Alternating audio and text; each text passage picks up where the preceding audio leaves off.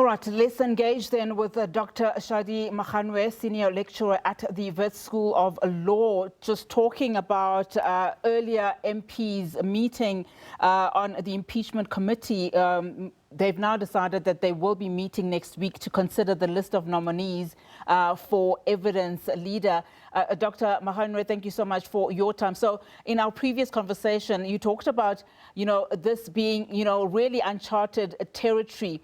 So now Parliament's Impeachment Committee saying that it needs more time, in fact, to propose an evidence leader for the Section 89 inquiry that will probe the misconduct claims against President Cyril Ramaphosa. Give us a sense then in terms of just some of the names that have been brought forward. We understand 4 are ready to serve immediately.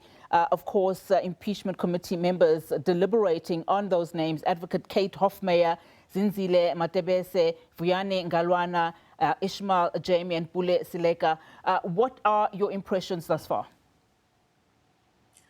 Hi, and I think my impressions regarding the list of the evidence leaders is I think it's quite a great list.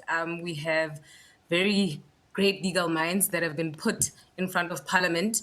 But I think then if you also look at the debates that came out from the list of the evidence leaders, is that there could be potential issues of bias, right? So in this process, or in a process like this, the appearance of impartiality is almost as important as the impartiality itself. So the committee must appoint someone who inspires public confidence. I have no doubt in the names that they've put forward.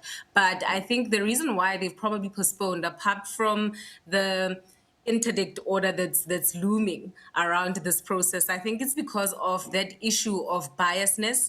Because remember, in administrative law, you don't need to prove actual bias, you just need a reasonable apprehension of bias. So because this is the first time we have an actual impeachment process that is going to go through with a further inquiry, it's very important to ensure that that impartiality is seen almost as important as the actual impartiality itself.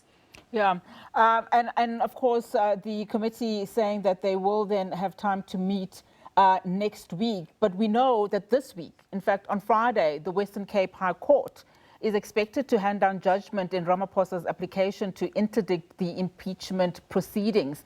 How do these dynamics then, play into what we might likely see happen on Friday?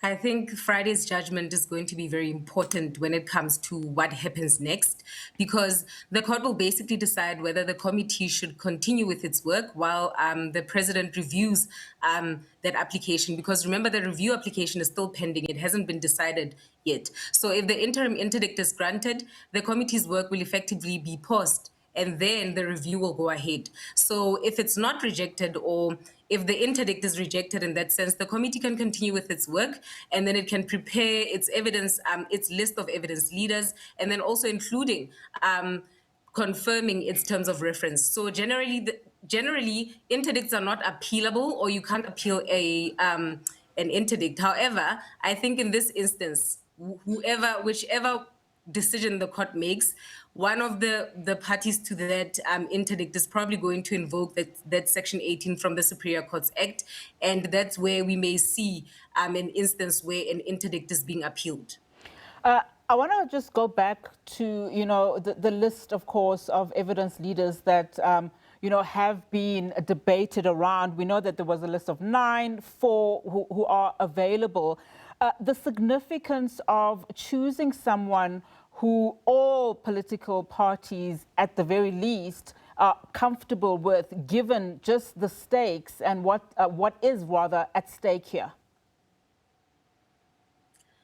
So I think it's very important, because remember, the list kept increasing and then decreasing depending on the availability of the evidence leader. So the role of the evidence leader in this instance is very important, because they are going to basically assist the impeachment committee in terms of asking questions, in terms of compiling the evidence, and also ensuring that the committee asks questions or they investigate within their terms of reference. So the role of the evidence leader is very important, and I think that's why Parliament has decided to postpone appointing an evidence leader instead of just using the current list that they had, because the names on the list were also just not everyone in the committee was happy with the names because of that issue of biasness. So I think it's very important, and whoever's going to be chosen to be an evidence leader is going to have to play a very important role, not just as the evidence leader, but to ensure that the committee acts impartially without fear or favor. Because remember, one of the reasons why the president has asked for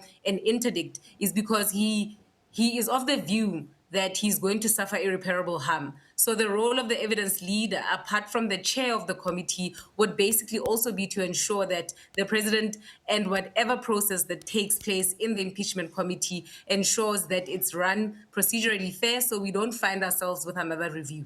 Yeah, I mean, he's also on the impression that this whole process is being rushed. I wonder how much of this postponement of the evidence leaders plays into that. But unfortunately, that's all the time we have for today. But thank you so much, Doc, for your analysis, Dr. Shadi Maganoe, there for us.